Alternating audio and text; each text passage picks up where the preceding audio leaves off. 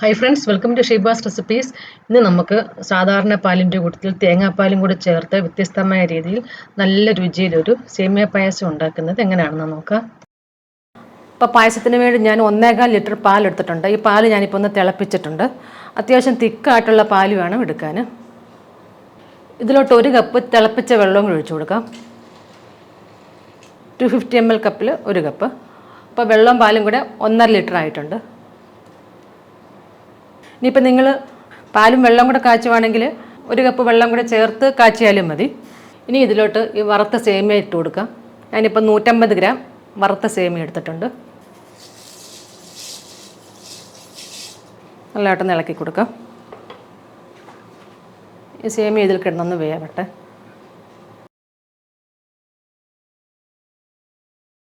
ഇതിപ്പോൾ സേമിയ പകുതി ഒന്ന് വെന്തിട്ടുണ്ട്. ഈ ഒരു രീതിയിലായിട്ടുണ്ട്. ഈ സമയത്ത് ഇതിലോട്ട് പഞ്ചസാര ചേർത്ത് കൊടുക്കാം. 1 കപ്പ് പഞ്ചസാര എടുത്തിട്ടുണ്ട്. 230 ഗ്രാം ഉണ്ട്.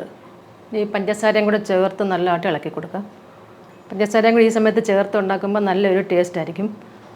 പാലൊക്കെ കുറച്ചും കൂടെയൊക്കെ ഒന്ന് കുറുകണം. ഇതിപ്പോൾ സേമിയൊക്കെ ഇവിടെ വെന്തിട്ടുണ്ട്. ഈ പാലൊക്കെ കണ്ടില്ല, നല്ലതായിട്ടൊന്ന് കുറുകിയിട്ടുണ്ട്. ഇനി ഇതിലോട്ട് 1/2 കപ്പ് തേങ്ങാപ്പാൽ ഒഴിച്ചു കൊടുക്കാം. 2ാം പാൽ. ഈ തേങ്ങാപ്പാലും കൂടി ഒഴിച്ചിട്ട് നല്ലതായിട്ടൊന്ന് ഇളക്കി കൊടുക്കാം. ഒരു 3-4 മിനിറ്റ് നേരം കൂടെ ഒന്ന് തിളപ്പിക്കാം.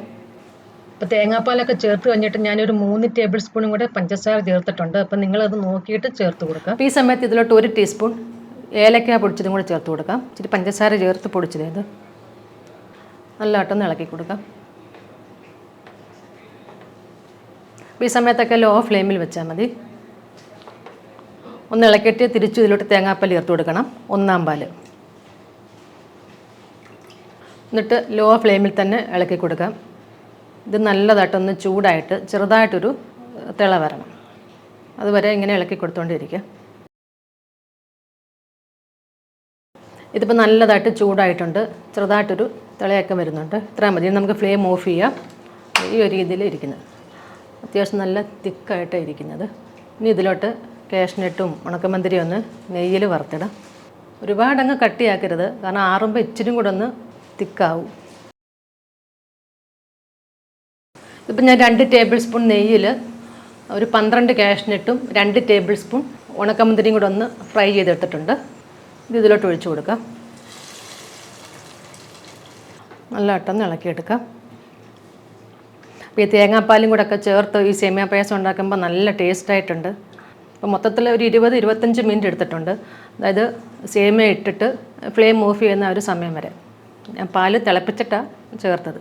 അപ്പോൾ നിങ്ങൾ പായസം ഉണ്ടാക്കുമ്പോൾ ഒരുപാട് തിക്കാന്ന് തോന്നുവാണെങ്കിൽ തിളപ്പിച്ച വെള്ളം ഒഴിച്ചിട്ട് ഇച്ചിരി ലൂസാക്കി കൊടുക്കാം. അതുപോലെ പാലെടുക്കുമ്പോൾ തിക്കായിട്ടുള്ള പാലെടുക്കണം. അപ്പോൾ എല്ലാവരും ഉറപ്പായിട്ട് ഒന്ന് ട്രൈ ചെയ്ത് നോക്കണം. നല്ല ടേസ്റ്റായിട്ടുള്ളൊരു പായസം ഇത്.